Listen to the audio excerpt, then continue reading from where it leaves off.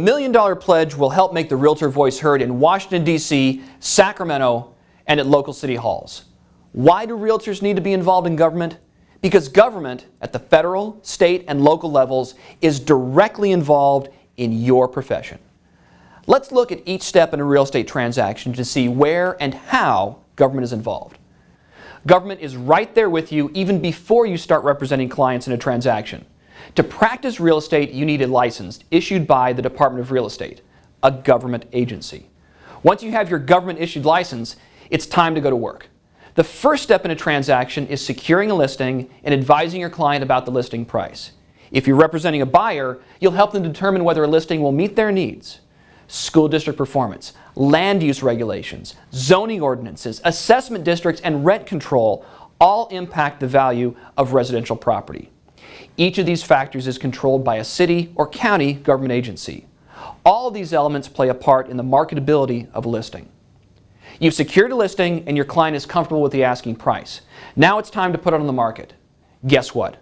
The government is there to tell you where and when you can display open house signs. Once again, government is involved in your transaction. What's next?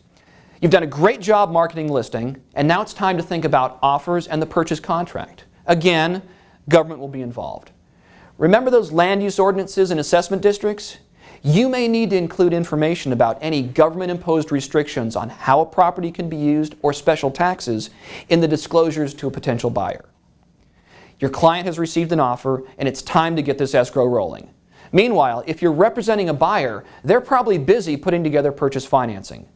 The government will be right there with you. Fannie Mae, Freddie Mac, and FHA dominate the secondary mortgage market, which means the government is involved in almost every home loan.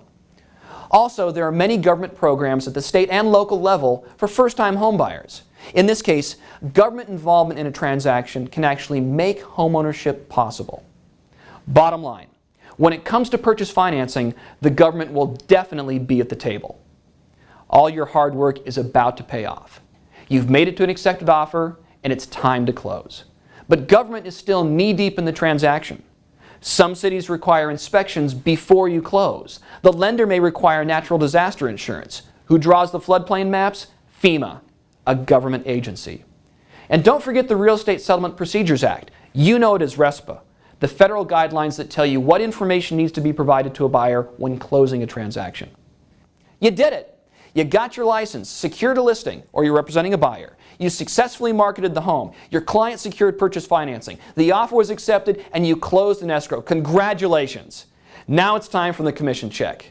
And one more chance for government involvement. In 2010, there were 2 separate attempts by the state of California to increase the income tax withholding on your commission. Both were defeated, but here's the point.